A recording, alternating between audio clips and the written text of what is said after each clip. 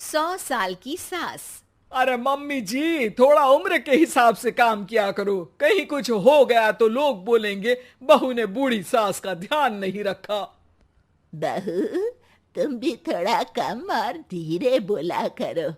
कहीं चिल्लाते हुए कभी कुछ हो गया तो वही लोग बोलेंगे 100 साल की सास भली चंगी बैठी है और बहू बेचारी चलती बनी। वैसे मम्मी जी, दादी बिल्कुल ठीक बोल रही हैं। हैं? क्या ठीक बोल रही है? वो जो कुछ भी बोले वो सास है, पर तुम क्यों बोल रही हो? बहू होकर सास से जुबान लड़ाओगी क्या? ऐसा बोलते हुए निर्मला को धसका उठ जाता है। कहा था ना, मत चिल्ला मत चिल्ला। तुझे बिना सास और बहू से जुबान लड़ाए बिना शांति नहीं मिलती। अरे माँ, दादी की बात सुन लिया करो, तुम्हारे भले के लिए बोलती है ना। अरे कोई भला नहीं, इन्हें बस मुझे परेशान और शो ऑफ करने का शौक है। हाँ। चल झूठी।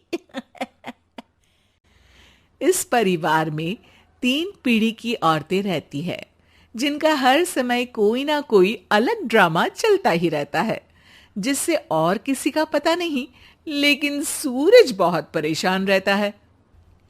माँ, पियाली और दादी, आप तीनों के पास एक दूसरे को सास बहू वाले ताने देने के अलावा कुछ काम हो या नहीं, पर मेरे पास जरूर है।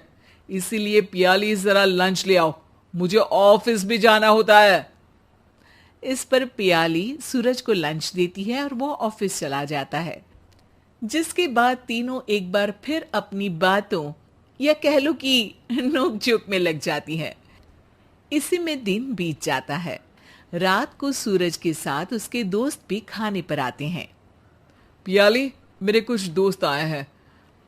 सॉरी, अचानक प्लान बना तो बता नहीं पाया। तुम जल्दी से डिनर बना दो ना। अरे वाह रे, आलसी माँ की आलसी बेटी। पहले बिना बताए दोस्तों को घर ले आओ, फिर बोलो जल्दी से डिनर बना दो। इतनी जल्दी है तो खुद बना लो। अरे माता, सब बाद में दिखा देना, अभी खाना बना दो ना प्लीज। ऐसा बोल के सूरज दोस्तों के पास जाकर बैठ जाता है और पियाली डिनर की टेंशन में अपनी सास के पास पहुंच जाती है, जो अपने कमरे में आराम कर रही होती है। मम्मी, सूरज अचानक दोस्तों को घर ले आए हैं, क्या करूं अब? कुछ ऐसा बताओ ना जो जल्दी बन जाए और सर्व करते हुए भी अच्छा लगे। अरे रेस्टोरेंट से मंगा ले, दोबारा परेशान मत करना, सोने दे मुझे। इतने में दादी सास भी वहां आ जाती हैं। वाह, आलसी का आइडिया भी उसी की तरह बेकार है। कोरोना में बाहर से खाना मंगाएंगे। बहू, तुम सो ही जाओ, वही काम अच्छे से कर सकती हो। चल पियाली, मैं बताती हूँ क्या करना है। इस पर दादी सास पियाली के साथ मिलकर सारे मेहमानों के लिए खाना बनाती हैं, जिससे उन्हें ज्यादा मेहनत भी नहीं करनी पड़ती और सबका पेट भी भर जाता है। दादी के इस आइडिया से पियाली और सूरज बहुत इम्प्रेस हो जाते हैं। दादी, क्या यही खाना आपकी इस उम्र में इतना एक्टिव रहने और एंडलेस लाइफ का राज है? वैसे दादी ने आज तक राज किसी को बताया नहीं। इन्होंने ससुर जी तक को नहीं बताया, तभी तो वो ऊपर पहुंच गए और ये अभी तक यही है। तेरी सास मेरे ऊपर पहुंचने का ही इंतजार कर रही है, पर इस आलसी का ये सपना पूरा नहीं होने वाला। क्यों जी, अमर होने का वरदान लेकर आई हो क्या? अमर का पता नहीं, पर लगता है तुझसे लंबा जरूर जी लूंगी। इससे पहले कि दोनों सास बहू में कोई बहस शुरू होती, पियाली बीच में बोल पड़ती है। ठीक है, आप दोनों लड़ क्यों रही हैं? हम तो चाहते हैं कि आप दोनों हमारे साथ हमेशा रहें। पियाली की बातों पर दोनों शांत हो जाते हैं और उनकी लाइफ पहले जैसे चलने लगती है, जहां दादी सुबह जल्दी उठकर कुछ न कुछ काम करते हुए पूरा दिन बिताती है, तो वहीं निर्मला और पियाली लेट उठने से लेकर धीरे धीरे आलस में काम करना और जब मर्जी सो जाने से अपना दिन बिताती हैं। एक दिन निर्मला की सहेली उनके घर आती है। अरे क्यों रे निर्मला, कैसे चल रही है जिंदगी? सब बढ़िया, बस ये बुढ़िया ऊपर जाए तो ज्यादा अच्छा होगा। अरे ऐसा क्यों बोलती हो? तुम्हें तो उनसे सीखना चाहिए, वो बहुत फुर्तीली हैं। मैं उन्हें रोज मॉर्निंग वॉक करते हुए देखती हूँ, और वहीं तुम और तुम्हारी बहू हैं जिन्होंने शायद सुबह का सूरज आज तक देखा ही नहीं होगा।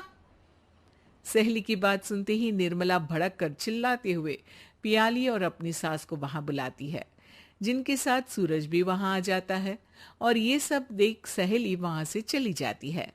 अरे सासू माँ, आपको हमसे क्या दिक्कत है? अब तो मेरी सहेलियां भी आपकी वजह से मुझे ताने देने लगी हैं। मम्मी जी, कुछ तो लोग कहेंगे, लोगों का काम है कहना, आप इग्नोर करो ना। अच्छा वैसे महारानी, वो तुम्हें भी वही सब बोल रही थी? है? मैंने क्या किया? अरे किलस क्यों रही हो? अब तो समझो और अपना लाइफस्टाइल सुधारो। ओ मोरी मैया, अब हमारा लाइफस्टाइल भी खराब हो गया क्या? आपका तो हाई फाई है ना, बस उतना ही ठीक है।